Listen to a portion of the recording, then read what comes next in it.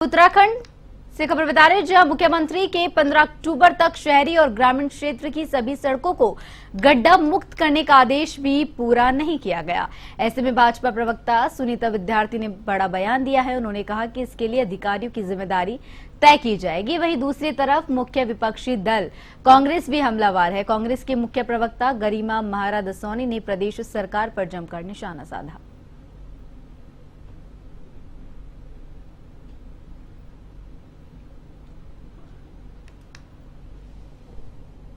देखिए, माननीय मुख्यमंत्री जी के आदेश जो हैं वो सख्ती से अधिकारियों को दिए गए थे कि 15 अक्टूबर तक जो हैं तमाम सड़कें जो हमारी निर्माणाधीन हैं उनका काम जो है वो संपूर्ण हो जाना चाहिए। लेकिन कहीं जगह पे अभी तक कार्य का शुभारंभ नहीं किया गया है, तो उस दिशा में भी हम लोग अभी जांच में जो भी आएगा सभी अधिकारियों को दोबारा से बोल दिया गया है और एक अल्टीमेटम देके हम समयबद्ध तरीके से सभी कार्यों को सुनिश्चित कर रहे हैं। जहां जहां कार्य हो चुके हैं वहां उसकी भी रिपोर्ट सबमिट होनी है और जहां पे अभी कार्य चल रहे हैं उस इस बात को गंभीरता से स्वयं मुख्यमंत्री जी को भी लेना चाहिए कि कौन लोग हैं जो उनके आदेशों को जलेबी की तरह घुमा रहे हैं सचिवालय और विधानसभा में। क्यों अधिकारी उनकी बात को गंभीरता से नहीं ले रहे हैं? क्यों उनको फॉर ग्रांटेड समझा जा रहा है? 15 दिन का समय दिया गया था सड़कों को ठीक करने के लिए। 15 का 16 हो जाता, 16 का 17 हो जाता, लेकिन कम से कम वो प्रोसेस तो दिखाई पड़ती कि सड़कों के गड्ढे पाटे जाने शुरू हो गए हैं। लेकिन 50% सड़कें भी अभी ठीक नहीं हुई हैं। ऐसे में मुख्यमंत्री जी को चिन्हित करना होगा उन अधिकारियों को जो उनकी बद्रीनाथ और मंगलौर की तर्ज पर केदारनाथ विधानसभा का उपचुनाव जीतने के लिए मुख्य विपक्षी दल कांग्रेस पार्टी लगातार कड़े प्रयासों में जुटी है। इस बात पर कांग्रेस के पूर्व प्रदेश अध्यक्ष और वर्तमान में चकराता से विधायक प्रीतम सिंह ने कहा कि हम केदारनाथ की जनता के साथ लगातार संपर्क स्थापित करने का काम कर रहे हैं और लोगों के प्रति सरकार के लिए रोष है।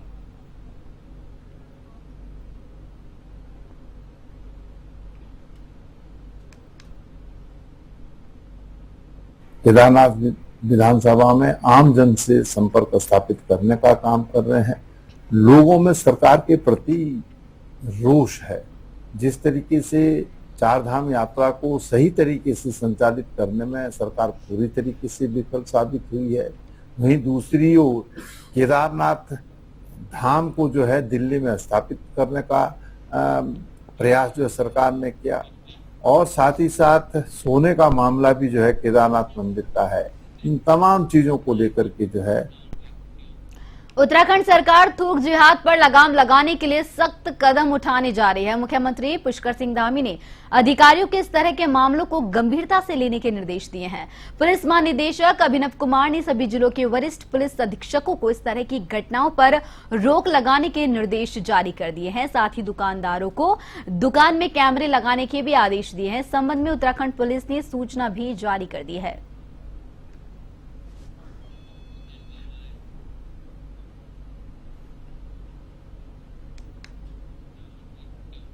उत्तराखंड में 14 सितंबर को आई भारी बारिश के कारण करीब 400 से ज्यादा सड़कें बंद हो गई थी।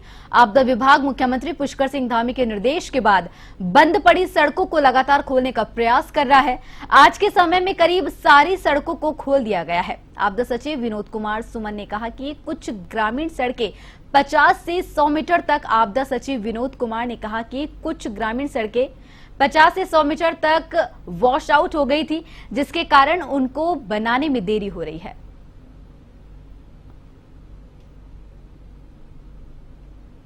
चार सौ 81 सड़कें बंद थी, जिसमें से लगभग सभी सड़कों को खोल दिया गया है।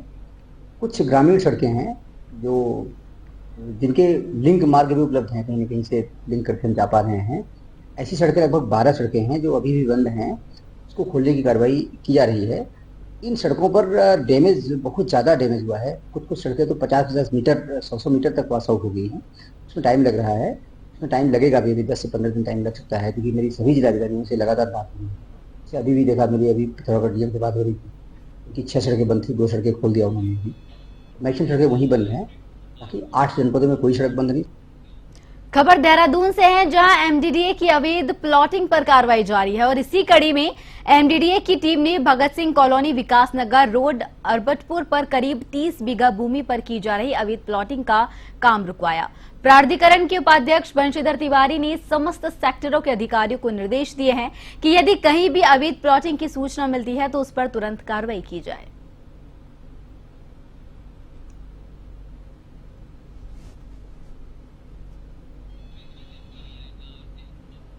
और अब खबर ऋषिकेश से है, जहां एसएम फाउंडेशन ने रेलवे रोड स्थित एक होटल में रक्तदान शिविर का आयोजन किया, जिसमें 80 लोगों ने रक्तदान कर भविष्य में भी रक्तदान करने का संकल्प लिया।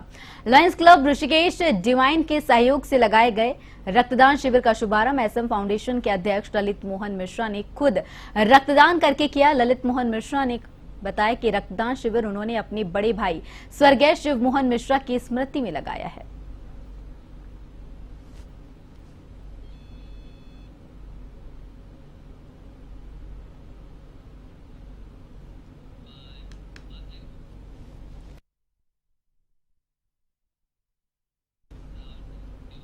वहीं प्रधानमंत्री ई बस सेवा योजना से 150 इलेक्ट्रिक बस उत्तराखंड को मिल सकती है। जी हां, सरकार ने भुगतान प्रबंधन तंत्र को मंजूरी देते हुए रोडवेज के देहरादून और हरिद्वार में इंटरसिटी बस सेवा के प्रस्ताव को हरी झंडी दिखा दी है। ऐसे में 100 बसें देहरादून और 50 बसें हरिद्वार डिपो के लिए प्रस्तावित की गई है। इलेक्ट्रिक बसों के मिलने से यात्रियों को अच्छी सुविधा मिलेगी। दून से ऋषिकेश, हरिद्वार, मसूरी, विकासनगर के लिए इंटरसिटी सेवाएं शुरू होंगी।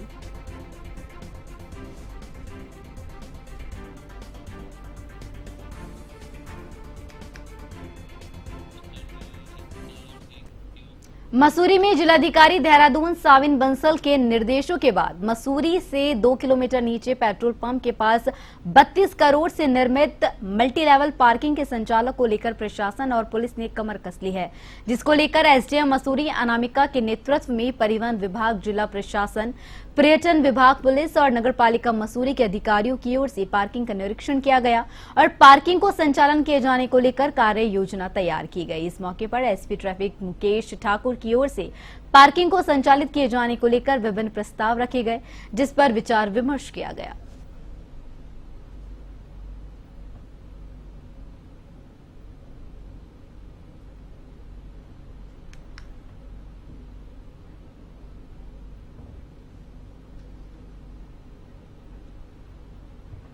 इस समय हम लोगों ने सोचा है कि इस पार्किंग को पूर्ण तरीके से चलाया जाए। अभी हम लोग प्लान कर ही रहे हैं कि यहाँ से किस तरीके से हम गाड़ियों को यहाँ पे पार्क करवा के शटल सेवा को यहाँ से करें। तो फिलहाल तो प्लान यही है कि पिक्चर पैलेस की तरफ एक शटल सेवा जारी रखी जाए और एक शटल सेवा जो है किताबघर की तरफ करें। तो उसके लिए हमें प्लान आउट कर रहे हैं। आज तो देखने के लिए आए हैं और परसों को डीएम साहब और कप्तान साहब का विजिट है। उससे पहले हम लोग देख लेते हैं अभी कि क्या।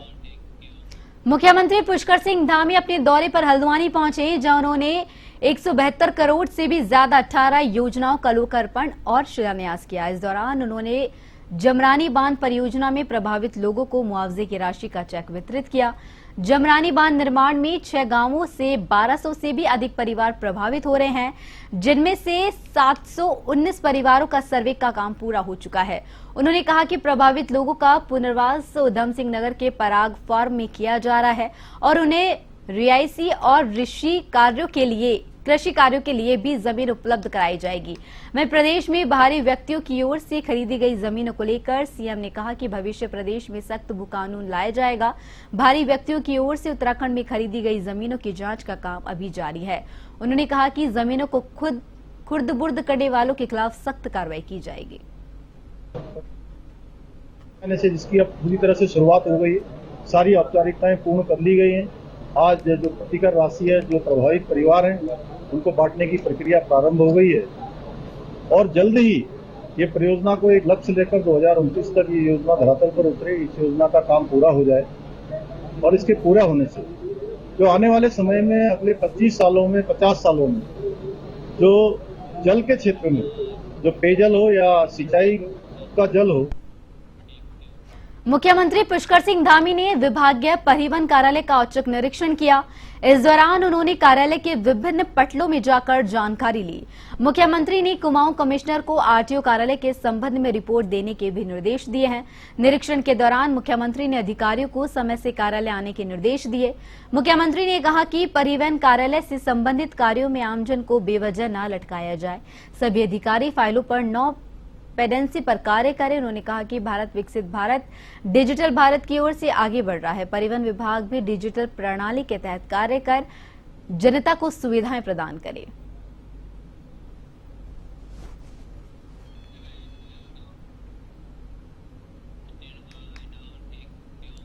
पौड़ी के एक राजस्व क्षेत्र में नाबालिग के साथ छेड़छाड़ का मामला सामने आया है। राजस्व पुलिस ने पीड़िता के पिता की तहरीर पर आरोपी युवक को गिरफ्तार कर लिया है और साथ ही पॉक्सो की धाराओं में मुकदमा दर्ज कर लिया है। राजस्व क्षेत्र स्थित धार्मिक स्थल के समीप बीते दिनों एक 6 वर्षीय बच्ची खेल रही थी। इस दौरान बच्ची को एक 18 वर्षीय युवक बहला फुसलाकर अपने साथ शौचालय में ले गया। ऐसा देख बच्ची ने शोर मचाना शुरू कर दिया।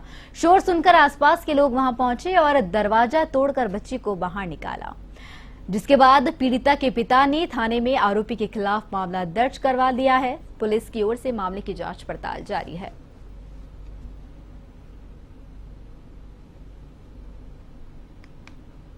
जो है 12/10/2024 का मामला है और उस मामले की जैसे सूचना मिली तुरंत जो है कि पटवारी लोग मौके पे गए और जो है कि मुकदमा दर्ज कर दिया गया है और इसमें जो है अभी वो भी जो है उसी दिन जो है 14 तारीख को गिरफ्तार कर दिया गया है और उसको जो है जेल हिरासत में भेजा गया। नौकरी व्यक्ति था, लगभग 18 साल उम्र है उसकी। लड़की जो है छोटी थी, 6 साल की। हल्द्वानी के एमबी इंटर कॉलेज परिसर में 5 दिवसीय कुमाऊं की ओर से महोत्सव शुरू हो गया है। देर रात महोत्सव की शुरुआत मुख्यमंत्री पुष्कर सिंह धामी ने की। कुमाऊं द्वारा महोत्सव की पहली शाम प्रख्यात गायिका मैथिली ठाकुर के नाम रही। मैथिली ठाकुर ने अपने सुंदर भजनों से दर्शकों को मंत्रमुग्ध कर दिया। 5 दिनों तक चलने वाले इस महोत्सव में उत्तराखंड के कई लोक गायक अपनी प्रस्तुतियां पेश करेंगे।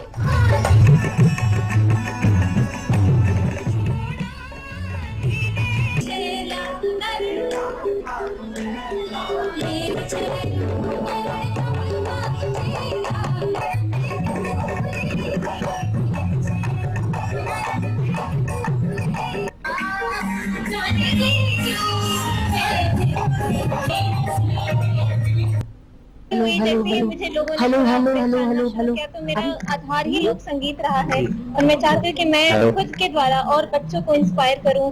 बड़े लोग तो गाते हैं लेकिन जो हमारा भविष्य है वो हमारे नौजवान, तो उनको इंस्पायर करूँ कि वो थोड़ा भजन सुनना शुरू करें, उसको एंजॉय करना शुरू करें।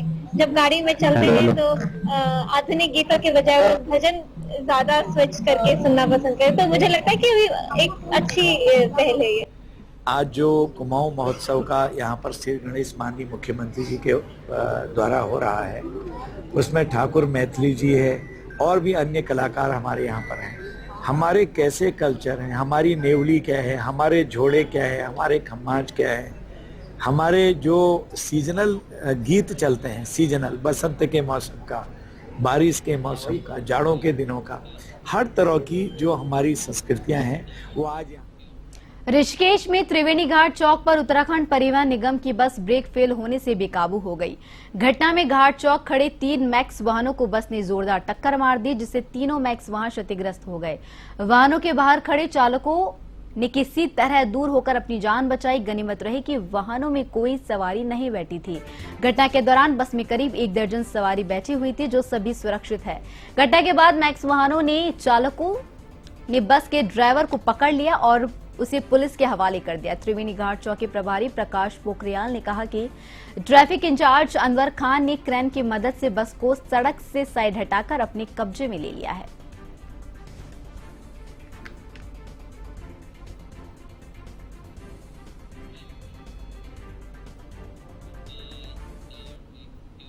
देहरादून में पुलिस महानिरीक्षक गढ़वाल करण सिंह नगनियाल ने अपराधों से संबंधित समीक्षा गोष्ठी की। उन्होंने कहा कि पुलिस की ओर से 1 सितंबर से अभियान चलाया जा रहा था, जिसमें लोगों की ओर से प्रार्थना पत्र दिए गए हैं।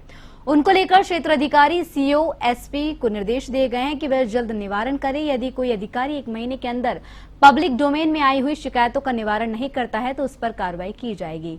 साथ ही सीएम पोर्टल पर जो शिकायत प्राप्त होती है उसको लेकर भी पुलिस गंभीरता से काम करे। इसके अलावा जो अपराधी अब तक फरार चल रहे हैं उनके ऊपर इनामी राशि देकर पकड़ने का काम पुलिस को करना है। इन तमाम विषयों को लेकर समीक्षा गोष्ठी का आयोजन किया गया। में चलाया जा रहा है, तो इसमें ये स्पष्ट था कि जितनी विवेचनाएं हैं पुरानी उसका निस्तारण किया जाए समयबद्ध, और जो उस मुलजिम है वांछित चल रहे हैं उनकी गिरफ्तारी सुनिश्चित किया जाए। साथ ही जो गिरफ्तार नहीं हो रहा है उनमें इनाम घोषित किया जाए। तो उनका मैं सबका परीक्षण कर रहा था, और जो एप्लीकेशंस है पब्लिक के द्वारा, पीड़ित के द्वारा दी जाती है, उसका निस्तारण समयबद्ध हो रहा है या नहीं हो रहा है, तो इन सब का अवलोकन किया गया। प्रार्थना पत्रों में जरूर कुछ देरी हो रही है, तो उस संबंध में निर्देश दिया गया कि जो भी जांच प्रार्थना पत्र है 1 महीने